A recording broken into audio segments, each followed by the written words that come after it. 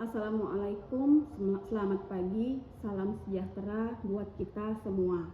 Perkenalkan, nama saya Ulfa Hanim, SPD MSI, salah satu dosen tetap di program studi Diploma 3 Teknologi Elektromedis, Sekolah Tinggi Ilmu Kesehatan Binalita Sudama Medan. Pada kesempatan kali ini, izinkanlah saya untuk memaparkan mata kuliah yang saya ampu, yaitu mata kuliah kimia klinik dengan metode CBL atau Case Based Learning. Video ini dibuat dengan tujuan memenuhi salah satu persyaratan sertifikasi dosen tahun 2025, yaitu pernyataan diri dosen dalam unjuk kerja Tridharma Perguruan Tinggi atau PPDUKTPT pada aspek pengajaran. Saya akan memulai untuk menjelaskan deskripsi atau informasi dari mata kuliah kimia klinik yang saya ampu. Mata kuliah kimia klinik merupakan mata kuliah wajib bagi mahasiswa semester 2 pada program studi Diploma 3 Teknologi Elektromedis Sekolah Tinggi Ilmu Kesehatan Binalita Sudama Medan. Pada mata kuliah kimia klinik memiliki bobot sebesar 2 SKS, yaitu pada teori selama 1 semester ke depan. Dan bahasa pengantar yang saya pergunakan selama perkuliahan menggunakan bahasa Indonesia. Mata kuliah kimia klinik ini bertujuan untuk menghasilkan ahli media teknologi elektromedis yang memiliki kualifikasi sebagai berikut. Pertama, menguasai dan mampu melakukan manajemen pengelolaan peralatan kesehatan dan fasilitas rumah sakit. Kedua, memiliki keterampilan merancang dan memodifikasi dalam kegiatan pemeliharaan peralatan kesehatan. Ketiga, memiliki kemampuan bekerja sama dengan profesi lain dalam meningkatkan mutu pelayanan kesehatan secara efektif dan efisien. Keempat, memiliki kemampuan mengembangkan diri dalam mengikuti kemajuan ilmu pengetahuan dan teknologi. Kelima, mampu memberikan pelatihan kepada tenaga kesehatan yang berkaitan dengan pemakaian dan pemeliharaan alat. Keenam, merencanakan peralatan yang sesuai dengan fungsi dan kebutuhan unit pelayanan kesehatan. Ketujuh, menilai tingkat efektivitas dan efisiensi peralatan kesehatan dan prasarana rumah sakit. Kedelapan, melakukan inovasi dalam bidang elektromedik sesuai standar dan kewenangannya. Kesembilan, melakukan penerapan metode yang berkaitan dengan sistem kesehatan.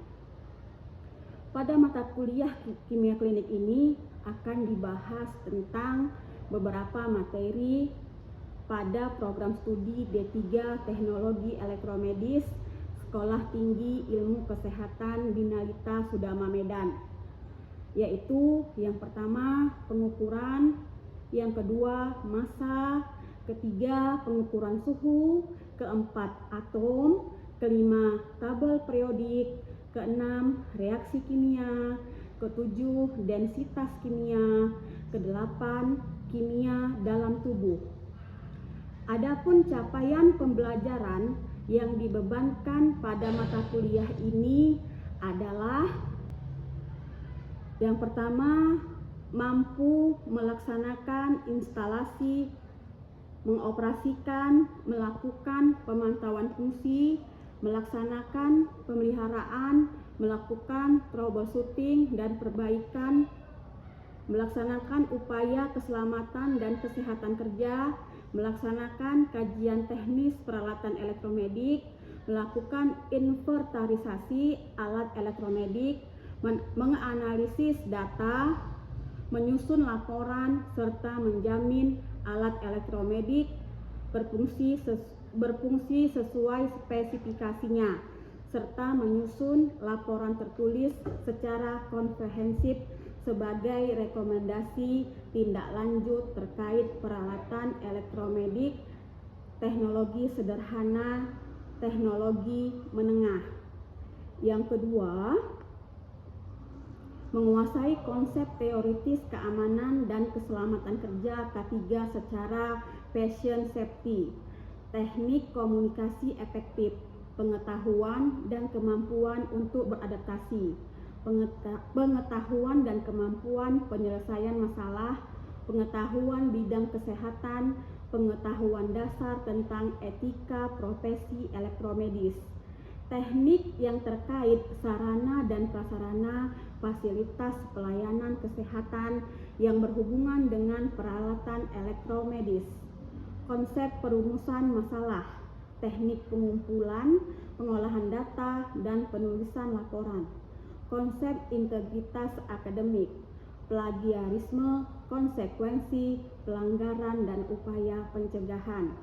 Yang ketiga, menguasai konsep teoritis anatomi dan fisiologi tubuh, matematika, fisika, dan kimia, konsep dasar kelistrikan elektronika, pengetahuan bahasa Inggris, pengetahuan mengaplikasikan pemrograman perangkat lunak sebagai antarmuka perangkat keras, konsep pengelolaan peralatan elektromedik, pengetahuan tentang alat ukur yang terkait bidang elektromedik. Capaian pembelajaran mata kuliah atau CPMK pada mata kuliah ini adalah: pertama, mampu menyelesaikan pekerjaan berlingkup luas dan menganalisis data dengan beraneka ragam mode yang sesuai, baik yang belum maupun yang sudah baku. Mampu menunjukkan kinerja bermutu dan kuantitas terukur. Mampu memecahkan masalah pekerjaan dengan sifat dan konteks yang sesuai dengan bidang keahlian terapannya, didasarkan pada pemikiran logis, inovatif, dan bertanggung jawab atas hasil secara mandiri.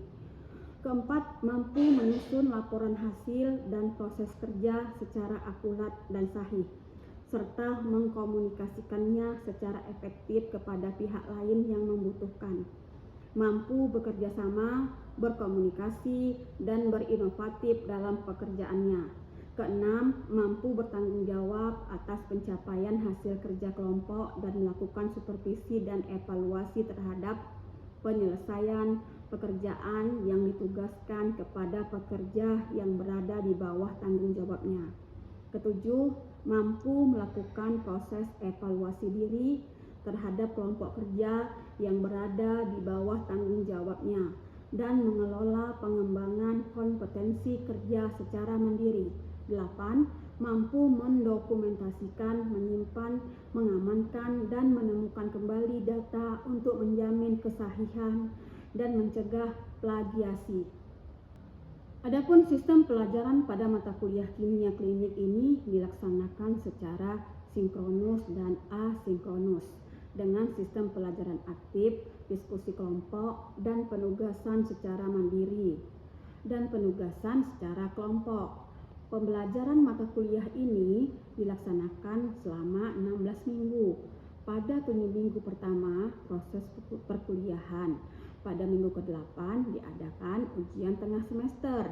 Kemudian dilanjutkan proses perkuliahan pada minggu ke-9 sampai dengan minggu ke-15. Setelah minggu ke-15, pada minggu ke-16-nya akan diadakan ujian akhir semester atau UAS. Evaluasi pembelajaran pada mata kuliah ini adalah kuis interaktif, penugasan, diskusi kelompok, UTS, dan UAS.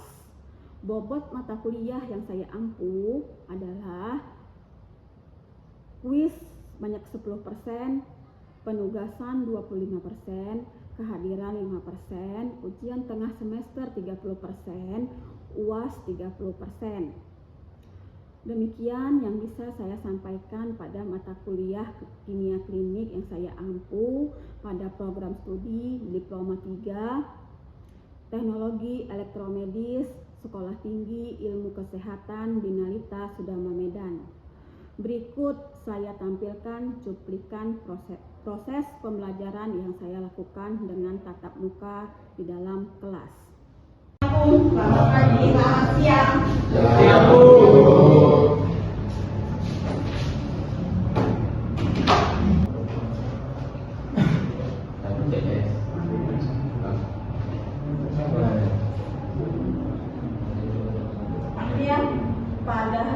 Pada siang hari ini, Ibu akan menjelaskan materi mengenai reaksi kimia, mata kuliah kimia klinik.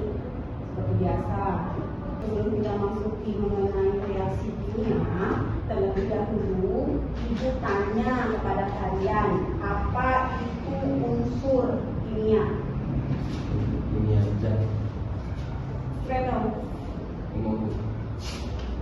Apa? Apa? Berdiri. Contoh unsur kimia.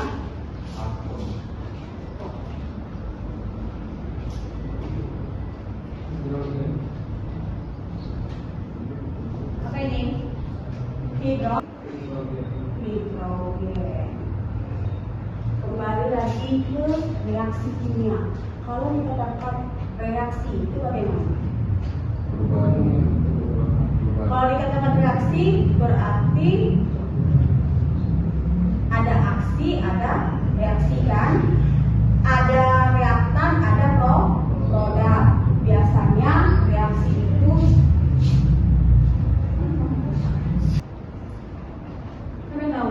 biasanya reaksi kimia terjadi di sekeliling kita kan? Apa contohnya? Nih, kalian lihat. Perhatikan gambar berikut untuk membantu mengingat perbedaan di bawah ini.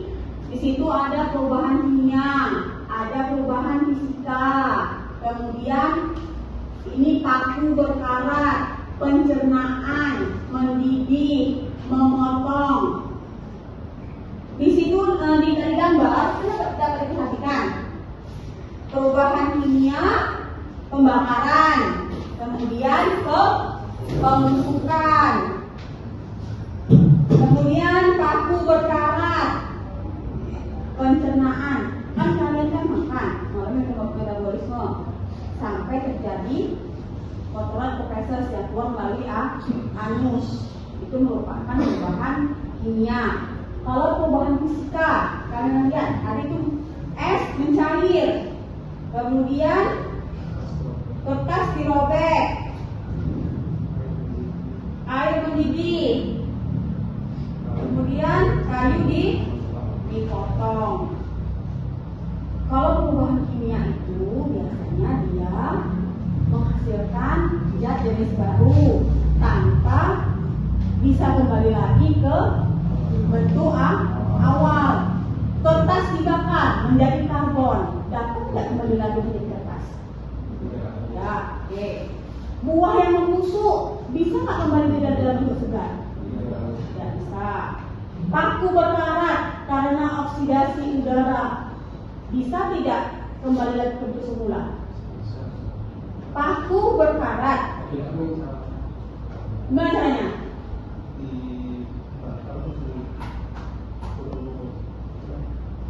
Bisa nggak ada kembali bentuk semula? Maksud Ibu, ini paku kan dapat yang bagus kan, tanpa beroksidasi. Bisa nggak kembali lagi dia seperti semula? Tidak kan? Itu merupakan perubahan kimia.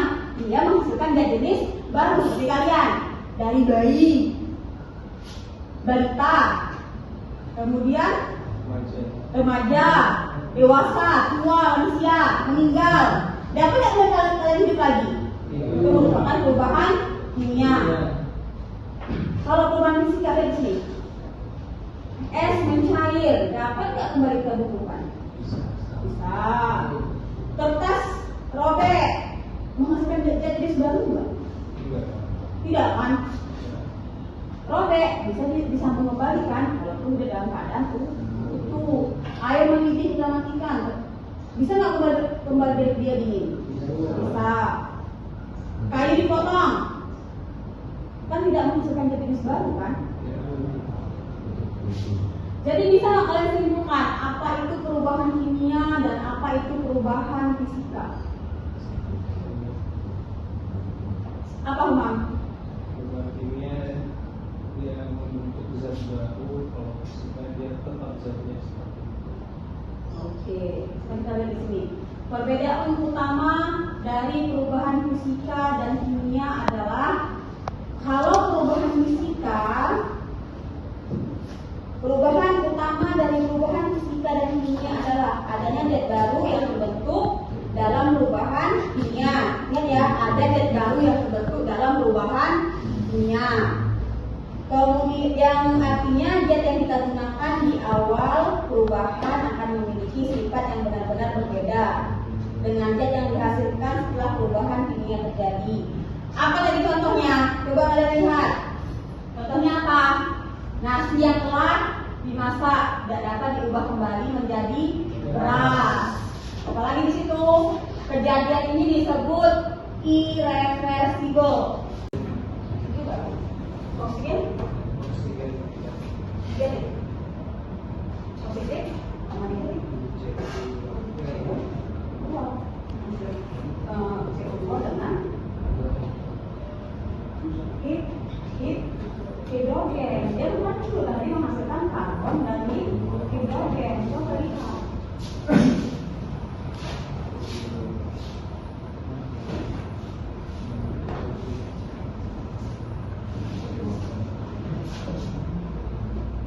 Apa?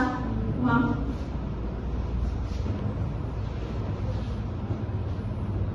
Pas enggak? Cek, di sini ada apa? Ibu bilang gas hidrogen. Kalau dikatakan gas, dia akan memiliki indeks 2. Kalau dikatakan gas, ya, dia memiliki indeks 2 dari ozon. Ozon itu terdiri dari 3. O3 itu disebut ozon. Dia jadi bilang menghasilkan karbon dioksida. Karbon dioksida yang kita buang kan? Karbon dioksida kita buang dari dalam tubuh, kita buang oksigen. Juga tumbuhan itu mengeluarkan oksigen, kita hirup, kita mengeluarkan karbon dioksida yang mereka hirup. Itu tumbuhan ya, tumbuhan. Ya, unsur kita samakan. Ini ada 1, di sini ada 1 hidrogennya, di sini ada 4, di sini ada 2. Nah, bagaimana? Oksigennya 2, di sini juga ada 2. Jadi bagaimana? Siap? Mana yang mau kita tambahkan agar setara? Kita tambahkan koefisien atau indeks. Ingat ya, koefisien itu angka yang berada di depan senyawa. Oke ya? Angka yang berada di depan senyawa kimia. Kalau indeks, dia berada di belakang unsur. Ini namanya indeks. Jadi agar setara, ini ada 4 kan untuk reaksi ini. Ini ada 4. Hidrogen yang di sini ada 2. Berarti kita harus tambah 2 hidrogen kan? Bagaimana caranya penambahannya? Di O2 tambah 2. Gimana? Koefisien O2 ditambah 2 di 2 O2. Ini coba. Enggak. Sebelum Ini. Oke, kita coba dulu ya. Yang lain juga. Perhatikan. Berarti dengan kata lain oksigennya ada berapa?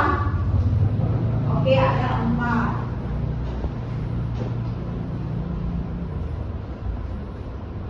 Di sini oksigennya ada berapa? 2. Jadi bagaimana? Kan sekarang permasalahannya di hidrogen. Kenapa kalian terkacak di oksigennya? Ini kan menurut. Kan di hidrogen permasalahannya. Permasalahannya di hidrogen, bukan di oksigen. Kami bisa jadi CO2 tambah 2 H2 persis. CO2 tambah 2 H2. oke lah. 2H2O. Kalau memang di H2 ini ya, di H2 ini kita buangkan. Kenapa ini acak-acak oksigen?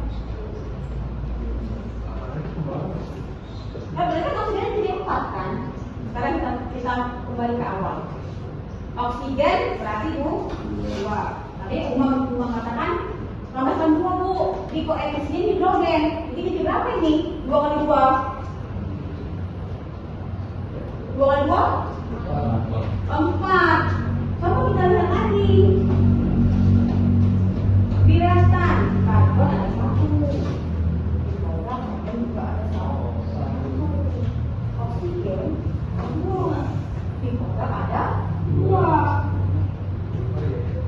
Hidrogen ada 4. Sini ada 4. Berarti yang harus ditambahkan koefisien hanya di hidrogen, ya, acak-acak yang lain.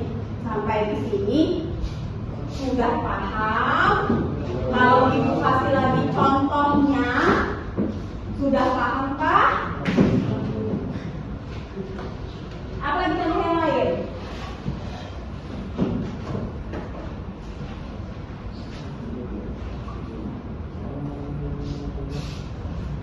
Lihat dulu sini, sebelum contoh.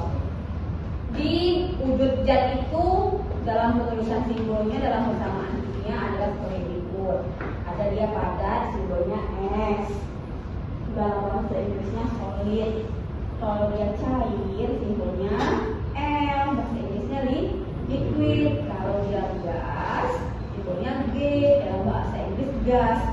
Kalau zat yang telah dilarutkan dalam air, disebut dengan aqueous. Simbolnya AQ. Contoh larutan yang sudah contoh larutan kimia yang sudah larut dalam air. Ya, aqueous itu pelarutnya. Saya namanya seperti ini. Contohnya ini agak menyimpang dulu ya. Contohnya ada NaCl 100 1 liter.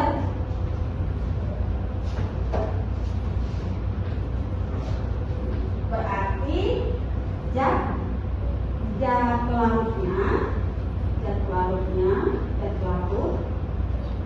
misalnya aqua desamina sebanyak 1 liter atau 1000 mililiter. Nah, sekarang kita tinggal cek sebenarnya NaCl-nya berapa gram.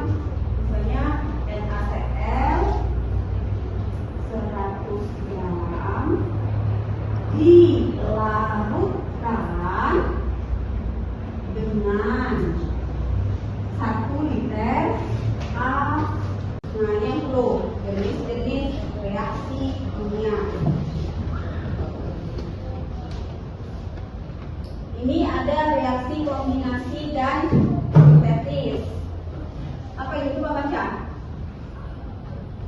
Reaksi kombinasi atau sintetis. Reaksi ini melibatkan lebih dari satu zat bereaksi yang bergabung untuk membentuk produk yang merupakan gabungan dari 2 zat bereaksi dengan rumus umum.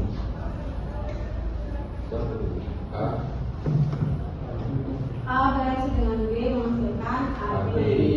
Contoh bahan dapur yang kita konsumsi juga terbentuk dari unsur-unsur penyusunnya melalui reaksi kombinasi, yaitu sebagai berikut. Natrium, itu ada disebut natrium dan gas klorin. Natrium dan gas klorin, ya begini. Natrium itu dalam bentuk solid. Tadi kita katakan solid ini dalam bentuk padat. Bereaksi dengan gas klorin. Gas klorin lambangnya G. Menghasilkan NaCl. NaCl ini dalam bentuk solid. Reaksi seimbang. Solid ini artinya apa? Dalam bentuk padatan. Paham ya? Ini reaksi seimbang. Sudah pas belum? Na ada 2. Di sini ada 2. Cl ada 2. Ini ada berapa? Ada berapa? Ada 2. Kalau indeks ini dia menghitung untuk semua zat kimia. Ingat Na ada 2 kan? Juga Na ada 2. Karena ada 2 kan di indeks kan? Di gas klorin kan ada 2. Setelah bereaksi juga menghasilkan Cl2. Selanjutnya apa?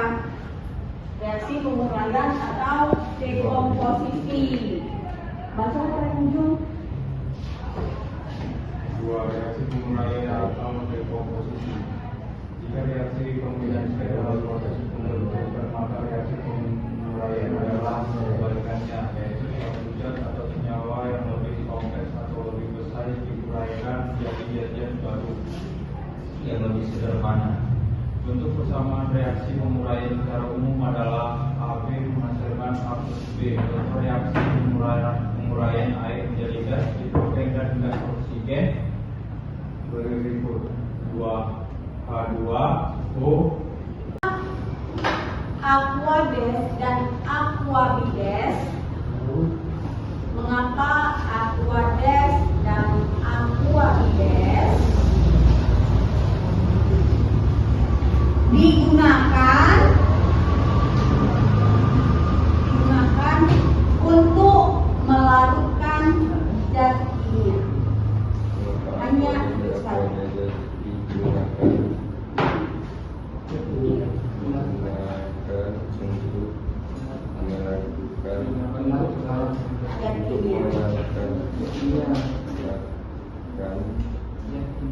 Ya, karena dia sebenarnya tidak memiliki kandungan zat yang lain. Adalah penjauh. Oke, kita tutup untuk materi kimia klinik pada hari ini. Boleh kalian isoma, sholat, istirahat sebelum masuk mata kuliah selanjutnya. Saya ucapkan terima kasih. Assalamualaikum warahmatullahi wabarakatuh. Selamat siang.